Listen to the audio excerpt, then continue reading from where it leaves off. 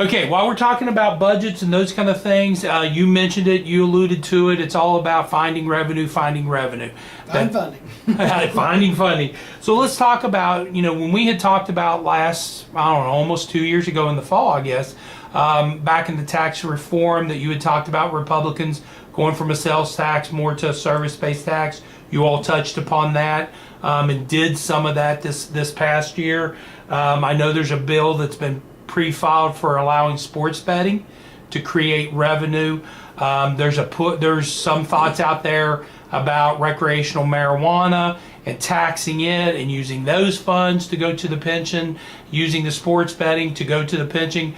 Where is all this at as far as, well, first off, since this is a non-budgetary year, can you address revenue funding and budget items this session? There's some things that we can do. There's some things I think in general what you're talking about can be addressed this session. But as the new guy still, I'm still learning what I'm being told all the time. Well, that's a budget issue. If it's a non-budgetary issue, a lot of times it can be addressed. And even though the revenue is tied to the budget, there are things that we could address. You mentioned marijuana. I've went on the record and I'm totally in support of legalizing marijuana for medical use. I think. I was going to say, but are you taxing that? Medical marijuana? No, I don't think medical marijuana. I think Okay. medical marijuana should be treated like any other drug. We don't tax them. We shouldn't tax medical marijuana. Okay. But I'm adamantly against recreational marijuana, and I don't see. I don't want to infringe on anybody's right. I'm a less government type of person, but I don't see the benefits of legalizing marijuana for recreational use. There's a lot of potential benefits for the medical use, but it's like any other drug. We come up with different types of pain medicine and antibiotics and stuff that still require prescriptions. They require a doctor's care because we need to utilize the resources and tools that we can develop and that God's given us. And medical marijuana as a plant, I think is a resource and a tool that God's given us that could be used for some good purposes. But just to allow people, the only benefit from smoking marijuana is recreationally is just to get high. Well, I think that's irresponsible. Now, I don't want to tell you that you can't go out and be irresponsible. I don't think that's my place. But I don't think legalizing marijuana for recreational use is responsible on my part, because as creating a law that will allow you to do something irresponsible, with that it's going to come unseen consequences that we're going to have to pick up the tab for. Everybody says, well, you'll make all kinds of money when you tax it. People, well, with that assumption, you're assuming that everybody's going to go out and smoke marijuana. Me personally, I have no desire to smoke marijuana. Never. I've never had a desire to smoke cigarettes. And yeah, people say, well, it's legal to smoke cigarettes.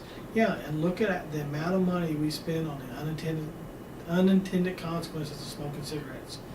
That's why our health insurance and our Medicaid and stuff, look at all the people that have COPD and emphysema and asthma and stuff, all related to cigarette smoking. Look at all the cancers related to cigarette smoking.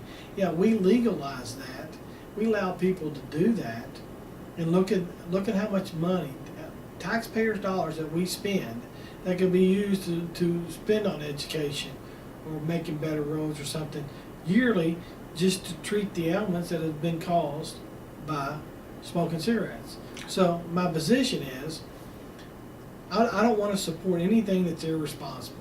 I don't think, I support our farmers out there, and my family's tobacco farmers. My nephew still grows tobacco.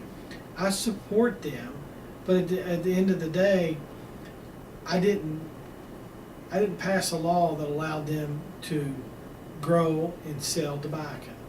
But and hindsight's 20/20. When that was all first legalized and people used to smoke, we didn't know all the effects it has on our health like we do today.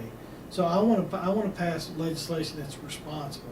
I don't think being irresponsible with marijuana, just because somebody says that they want to do it and they should have the right to do it, I don't buy that argument, because your right could lead to unintended consequences that could hurt the entire state, country, or whatever. And you all did take an action in the spring with your budget to, I mean, there's no other way to say it, to kind of discourage cigarette use with your increase in taxes. Yeah, I mean, that's the way you can put, that wasn't the motivation behind that, but yes, it does. And I'm on the agriculture committee. I support our tobacco farmers, and I have no intentions of raising the cigarette. I won't support another increase on the cigarette tax like we did last time. I will not support trying to dismantle an industry that's been the key agriculture industry for the state of Kentucky and this country for a long time. Now, you're seeing the demise of that industry because of what the industry does. Mm-hmm. Well, I don't want to create another situation with marijuana like we're seeing with our tobacco industry. As we learn about the health issues and the unintended consequences of tobacco smoke, that's what's killing that industry. It's not government. It's because people like me, we see that.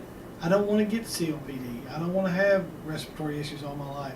So I choose not to smoke. The same thing is going to happen with marijuana if you legalize it. You're going to get a little bit of bang for your buck right off at the beginning. But we already know some of the unintended consequences of smoking marijuana. So you're not going to have a big influx of people running out there to smoke marijuana. So you're not going to get big revenue from taxing it. So I think we need to be responsible and leave it alone. We need to support our hemp industry. The hemp industry will take the hemp, that will take the place of what we're losing with our tobacco. And the hemp, we can get CBD oil and we can get stuff from the hemp, and you can't smoke that to get high. It's a responsible move because it's replacing one crop with another, but this crop provides so much more in textiles. There's so much more you can do with hemp that you can only do one thing with tobacco: chew it, smoke it, or snuff it. And but with that being said, I want to be responsible. So I think passing recreational marijuana is irresponsible. I do see, based on some of the doctors and the people I've talked to, I do see and realize there is a benefit for medical marijuana. We need to change our laws, legalize it. So that the medical community can do more research so that they know how much or what type. I mean, does this person need to take a pill form of marijuana to correct their problem, or should they use the CBD oil? Does it work better? Or, I mean, in some cases, you might need to smoke it because we nebulize some drugs now for like albuterol and stuff for respiratory ailments because they can inhale it into their lungs. So there might be an instance where that might be, but we don't have the research or the data to find that out. We need to legalize marijuana so that we can do that. Representative Dan Bentley, who's a doctor of pharmacy, he preaches to me all the time, and I agree with him 110%. The whole purpose of creating legislation to legalize marijuana for medical use is so that we can enhance the safety and efficacy of the use of that drug, just like we do with any other drug. Okay. Another big issue out there, sports betting and casinos. You hear all the time, all the money's leaving Kentucky, going to Ohio and Indiana to go to casinos, and that's money that we should be taxing and using in this state and putting it towards the unfunded liability. Where you stand on casinos, sports betting? Casinos and sports betting, once again, if you want to go out and you want to gamble and you want to waste your money, that's your personal choice. Once again, it's irresponsible. Being financially irresponsible is what put us in our pension crisis and our money crisis in this state. I don't want to support any legislation that's irresponsible. Every state around us has a casino. Mm-hmm. In my area, I can within an hour, hour and a half drive, I could be at several different casinos. There's more than enough venues for me to go gamble if I want to.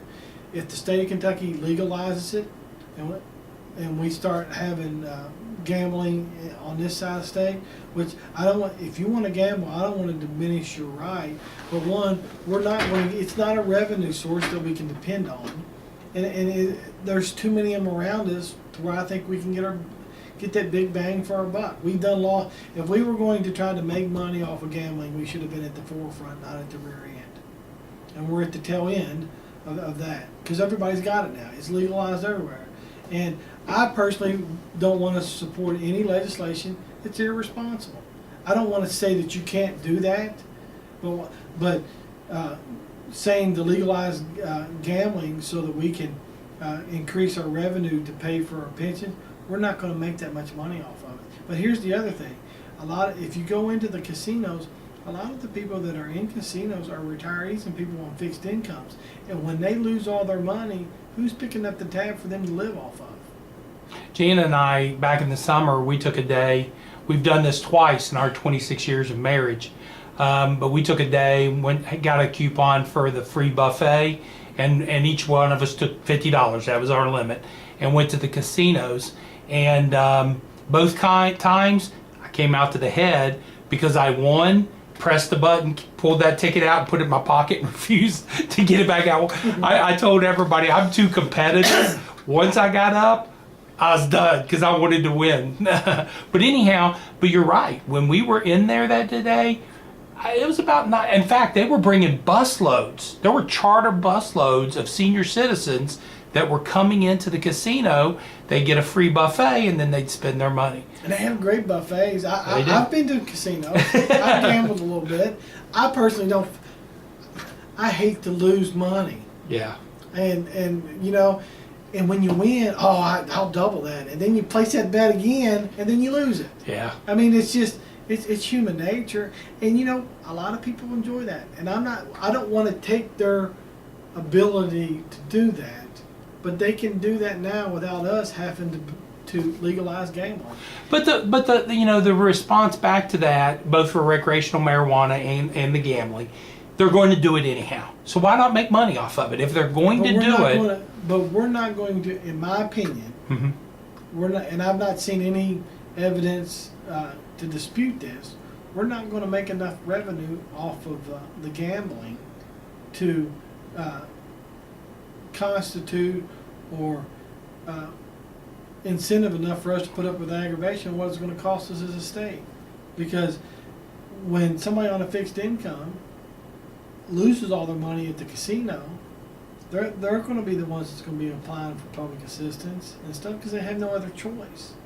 And so I think that it'll create more problems than it will do good.